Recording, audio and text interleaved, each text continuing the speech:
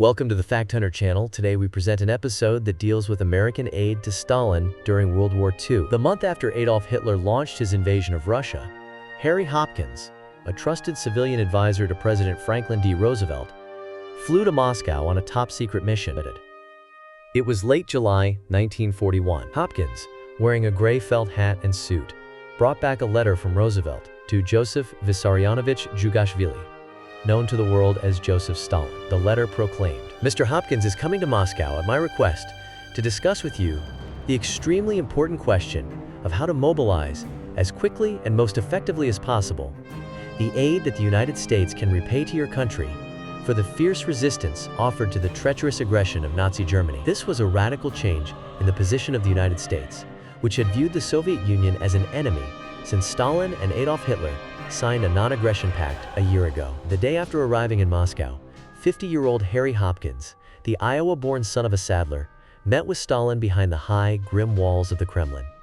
While the American envoy explained why Roosevelt had sent him, the ungainly Stalin remained impenetrable. British Prime Minister Winston Churchill, after visiting Moscow, described the Soviet leader as having the grace of a cobra and as dangerous as it. When Hopkins paused to take a breath, Stalin bluntly demanded that the United States declare war on Nazi Germany. Hopkins evaded answering directly, but replied that President Roosevelt, who had repeatedly assured American mothers that their sons would not be sent to foreign wars, would support the embattled Red Army with large numbers of tanks, planes, guns, trucks, jeeps, and other military equipment. Earlier, under Roosevelt's influence, Congress passed the so-called Lend-Lease Act. This document allowed the president to sell or lease military equipment to anti-fascist countries in exchange for any form of direct or indirect payment, as the president deems appropriate. Never before had a president been given such large powers.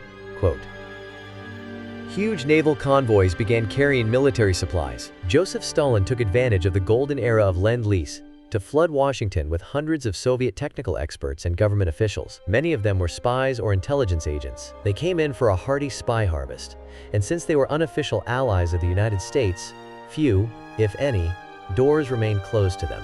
According to official U.S. policy, it was necessary to give the Soviet friends everything they needed: materials, plans, technical data. If the Russians wanted more information, they could go to a government print shop and for 25 cents acquire data that agents of other countries could obtain with great difficulty and at an exorbitant price. Incredibly, however, most of the U.S. Army and Navy manuals, plans, and weapons manuals were put up for sale. Other valuable sources of information for Soviet agents were the archives of the Senate and House of Representatives on Capitol Hill. Although the U.S. War Department began to limit the information available to the media, military secrets continued to appear in the press. Foreign intelligence agencies could obtain data by spending 3 cents per newspaper.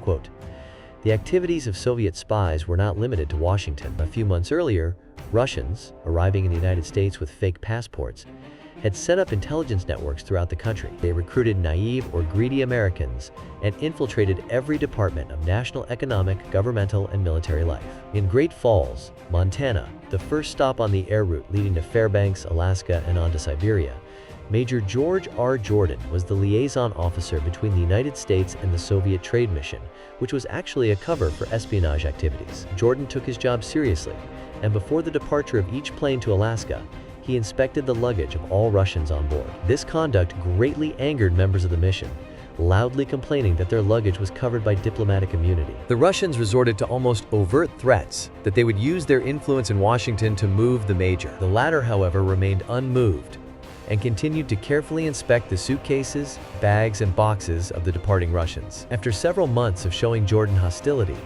the Russians, to his surprise, cordially invited him to dinner at a restaurant in downtown Great Falls. The major remained suspicious, knowing that the Russians were very particular about money. The few times he dined with them at the airport's officers' club, they always sat quietly, with stony faces. Because of the perceived distrust, Jordan instructed the duty officer in the control tower to call him when the plane landed.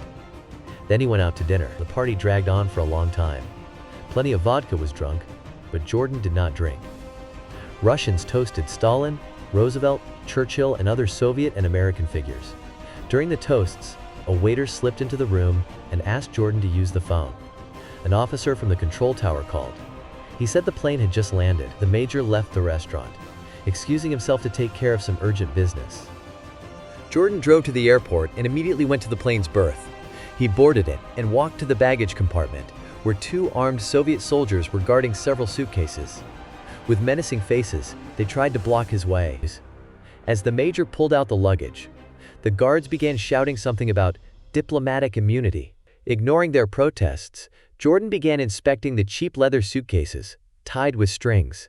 His suspicion grew when he saw red wax seals on the knots. Someone didn't want the luggage to be opened before reaching Moscow. It was clear. Jordan brought two of his own armed soldiers to keep watch while he tore the cords from the suitcases. One of them contained a number of road maps, which were distributed free of charge at almost all gas stations. The maps marked, Jordan recognized, the exact location of major American industrial plants.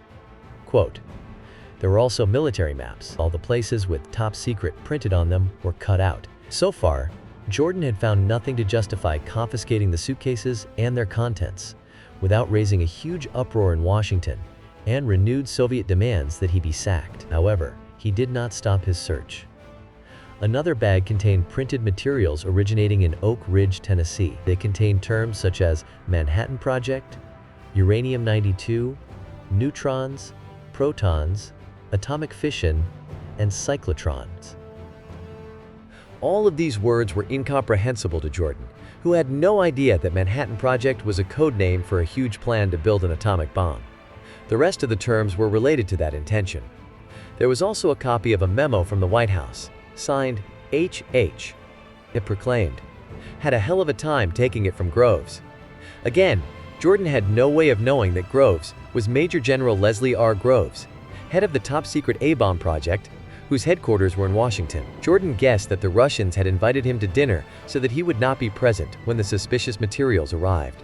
None of it, however, appeared to be espionage. Of course, Jordan couldn't be too concerned about the usual road maps or the Manhattan Project, which he guessed must have had something to do with public works plans around New York City, probably preparing the port for convoys. Groves, on the other hand, may have been an eager lieutenant, unwilling to part with some documents sought by a White House heavyweight. So it wasn't long before the plane took off for Alaska, carrying suitcases filled with spy material.